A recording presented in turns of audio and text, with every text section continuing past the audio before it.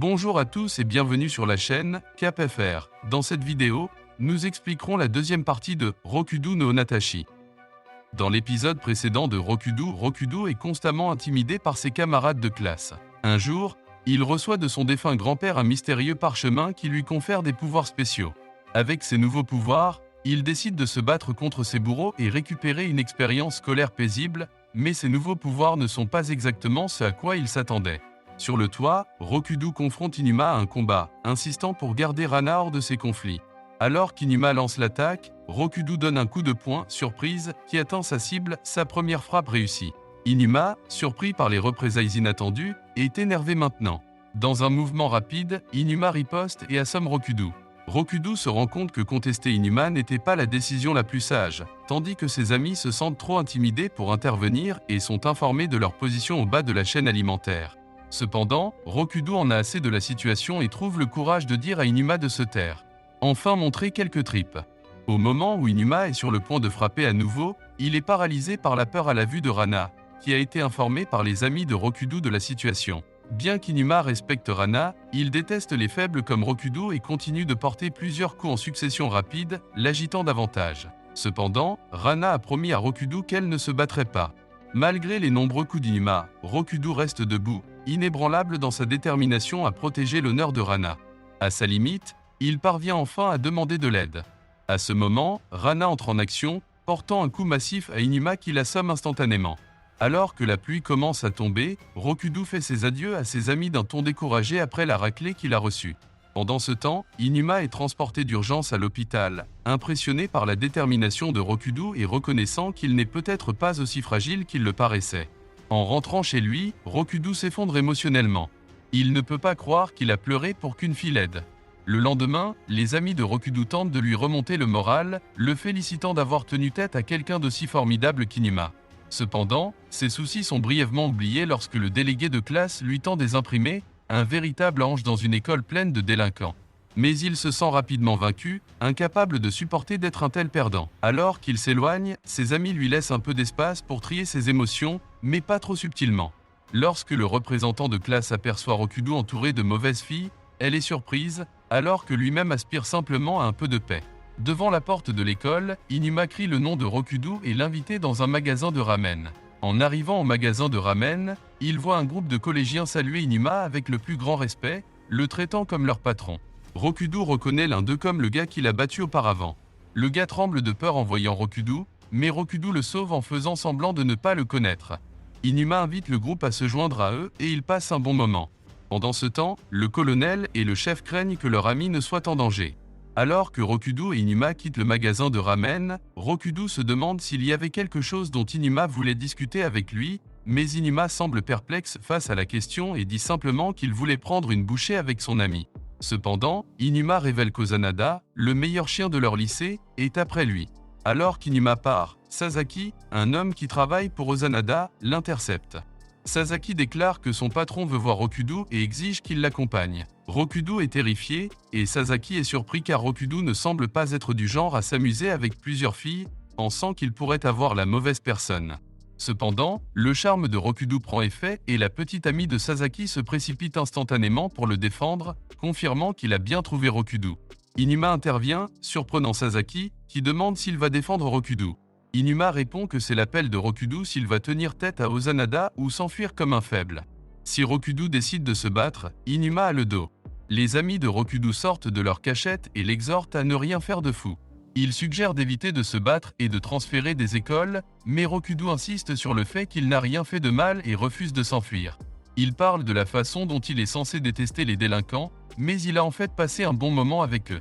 Il a déjà assez couru et caché, il est temps de se battre. Ses amis sont émus et décident de se battre à ses côtés, fréquentant l'école la tête haute. Mais Rokudo n'est pas seul dans ce combat. Rana fait irruption à travers le mur, heureuse de voir son bien-aimé Rokudo. Sasaki est furieux de l'interruption, mais Rokudo prend sa défense, jurant de ne jamais être aussi pathétique qu'il l'était sur le toit. Rana note qu'elle pourrait pulvériser Sasaki en 2 secondes, mais Rokudo veut toujours la protéger, et elle aime ça chez lui. Toute la bande entoure Rokudo, le protégeant. Si Ozanada veut parler à Rokudo, il n'est pas difficile à trouver. Sasaki s'exclame qu'Ozanada essuiera le sol avec lui, mais Rokudo n'est pas découragé. Juste à ce moment-là, Inuma mentionne qu'Ozanada est en fait une fille. Le lendemain, alors que le délégué de classe tente de faire un rapport, personne n'y prête attention. Soudain, une petite fille aux cheveux roses entre dans la pièce. La représentante de classe essaie d'intervenir, mais est réduite au silence par un commentaire acerbe sur ses sourcils de chenille. La fille aux cheveux roses s'approche de Rokudu, obligeant Inuma à l'avertir qu'il s'agit d'Ozanada, le principal délinquant de leur école. Inuma menace que si Ozanada veut combattre Rokudu, il y aura une guerre. Le sort de Rokudu est activé, déroutant Ozanada alors qu'elle lutte pour comprendre les émotions qu'elle ressent.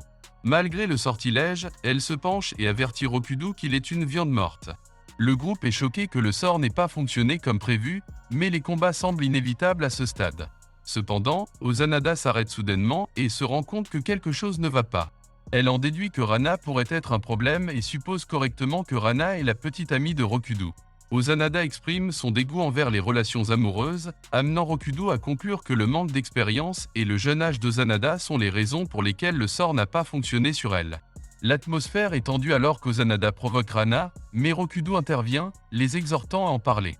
Cependant, Ozanada est impatient et se prépare à frapper Rokudu. À sa grande surprise, son attaque est faible et elle ne comprend pas pourquoi. Elle appelle le colonel et d'un seul coup de poing, il est envoyé voler dans le mur. Ils se rendent compte que le sort a fonctionné après tout. Ozanada ne peut pas expliquer pourquoi elle a du mal à mettre de la puissance dans son coup de poing contre Rokudu. Elle note même que Rokudu ne ressemble pas à un méchant et accepte d'en parler après tout. Prenant la main de Rokudu, il quitte la salle de classe et s'aventure dans l'ancien bâtiment. À sa grande surprise, il entre dans une pièce super girly qui s'avère être les quartiers d'habitation d'Ozanada. Elle dit à Rokudu qu'il est toujours le bienvenu dans sa chambre, malgré sa récente tentative de lui faire du mal. En fait, elle le complimente même sur sa gentillesse. Bien que soulagé de ne pas être blessé, Rokudu se sent coupable de manipuler involontairement les émotions des gens avec son sort. Pendant ce temps, Ozanada éprouve d'étranges émotions envers lui qu'elle n'a jamais ressenties auparavant. En conséquence, Rokudu devient son premier amour. Rokudu se souvient de son premier amour, lorsqu'une fille l'a sauvé de l'intimidation. C'était la première et la dernière fois qu'il parlait avec Miyu, mais à l'école et à la maison, peu importe, il pensait toujours à Miyu. Mais ensuite, il l'a vue avec un autre gars et son monde a été brisé. Le premier amour est quelque chose qui vous donne une cicatrice mentale qui ne s'estompe jamais. Il ne veut pas que le premier amour d'Ozanada soit envers lui, mais il est trop tard, elle est déjà nerveuse et essoufflée.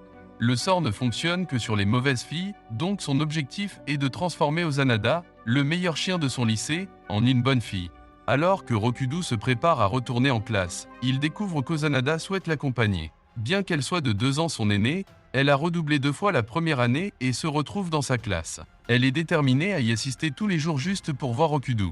Cela représente une opportunité pour Rokudu de réformer Ozanada et pour elle de trouver l'école agréable. Le lendemain en classe, Rokudu suggère que la classe s'engage à observer et à prendre soin de la vie végétale du jardin de l'école. Bien que l'idée ne génère pas beaucoup d'enthousiasme au départ, Ozanada s'engage à affronter quiconque s'y opposera. Rokudu intervient, la calme et remporte le vote pour la mise en œuvre de l'idée. Toute la classe est enthousiasmée par le projet, ce qui déstabilise un peu le délégué de classe. Pendant plusieurs semaines, le cours se déroule sans encombre et chacun assume la responsabilité de ses plantes tout en suivant ses progrès dans des rapports.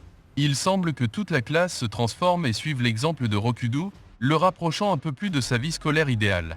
Après les cours, Kurokoda, membre du gang d'Ozanada, l'informe de la possibilité de fusionner avec un autre gang pour devenir le plus fort de la région. Cependant, Ozanada est absorbé par son rapport et ignore Kurokoda. Il ne comprend pas pourquoi elle s'est soudainement intéressée aux activités scolaires et a abandonné son poste de chef du gang. Il ne se rend pas compte que tout est dû à l'influence de Rokudu. Comme il pleut, il n'est pas nécessaire d'arroser les plantes, alors le trio décide de sauter leurs tâches. Cependant, comme c'est le jour du rapport demain, Ozanada veut vérifier son parterre de fleurs. Elle s'excuse auprès de Rokudu de l'avoir suivi partout, admettant qu'elle ne sait pas ce qui lui est arrivé. Rokudu est abasourdi, Ozanada commence véritablement à se réformer et son charme sur elle s'estompe. Alors qu'elle se précipite vers son parterre de fleurs, elle découvre que toutes les fleurs sont écrasées. Les garçons tentent de fournir des excuses, mais Kurokoda intervient et avoue que leur bagarre entre eux a détruit les fleurs sur lesquelles Ozanada avait travaillé si dur avec Rokudu. Kurokoda avait planifié l'incident pour faire revivre le vrai caractère d'Ozanada. Rokudu décide de vérifier les fleurs, seulement pour trouver tous les délinquants battus, et Ozanada furieux contre eux. Elle est revenue à ses anciennes habitudes. Le plan de Kurokoda a fonctionné et Ozanada comprend enfin pourquoi elle est si obsédée par Rokudo, elle est amoureuse. C'est un nouveau sentiment pour elle. Ozanada et Kurokoda rencontrent le gang Onishima Union, et les deux gangs fusionnent pour devenir le gang le plus fort. Cependant, le gang d'Onishima est sceptique quant à l'alliance avec une petite fille jusqu'à ce qu'Ozanada les batte. Sous la pluie, Rokudo supplie Rana de sauver Ozanada des personnes dangereuses avec lesquelles elle s'est alliée, promettant qu'elle ne sera pas blessée. Pendant ce temps, Kurokoda a été accepté dans le gang Onishima Union avec Ozanada. Soudain, Rokudo fait irruption pour empêcher Ozanada de prendre une terrible décision en récitant son rapport sur le cycle de vie des plantes. Au moment où le gang va le faire taire, Rana bat tout le monde. Pendant que Rana tient le fort, Rokudo continue de réciter le rapport, étourdissant Ozanada, qui est le seul à pouvoir tenir tête à Rana. Alors que Rana est distraite par les autres membres, Kurokoda frappe Rokudo, mais il continue avec le rapport, ne s'arrêtant pas, peu importe le nombre de fois que Kurokoda le frappe. Ozanada ne sait pas quoi faire et Rokudo est à sa limite. Bien que Rokudo soit faible, il est résilient. Il s'approche d'Ozanada et admet que ses fleurs étaient les plus belles de toutes, la faisant pleurer. Il sait que quelque part au fond de lui, Ozanada est une gentille fille.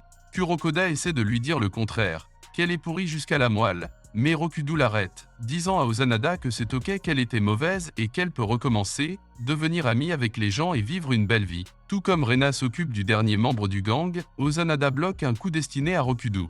Elle avoue qu'elle veut rester à l'école et qu'elle abandonnera la vie de délinquante. Le reste de l'Union Onishima arrive et est catégorique sur le traitement des filles. Cependant, les amis de Rokudo sont là pour vous aider. Ils démarrent les arroseurs et versent de la cire sur le sol, permettant au groupe de s'échapper. Inuma est également là. Kurokoda comprend enfin qu'Ozanada ne veut pas faire partie de cette vie et lui dit de courir pendant qu'il retient les attaquants. En courant, Ozanada admet qu'elle abandonnera Rokudo, sentant que lui et Rana sont déjà un objet, mais elle est toujours heureuse d'avoir ressenti cela pour lui. Rokudo est heureux que tout se soit bien passé à la fin. Nous sommes arrivés à la fin de cette vidéo, merci d'avoir regardé, au revoir.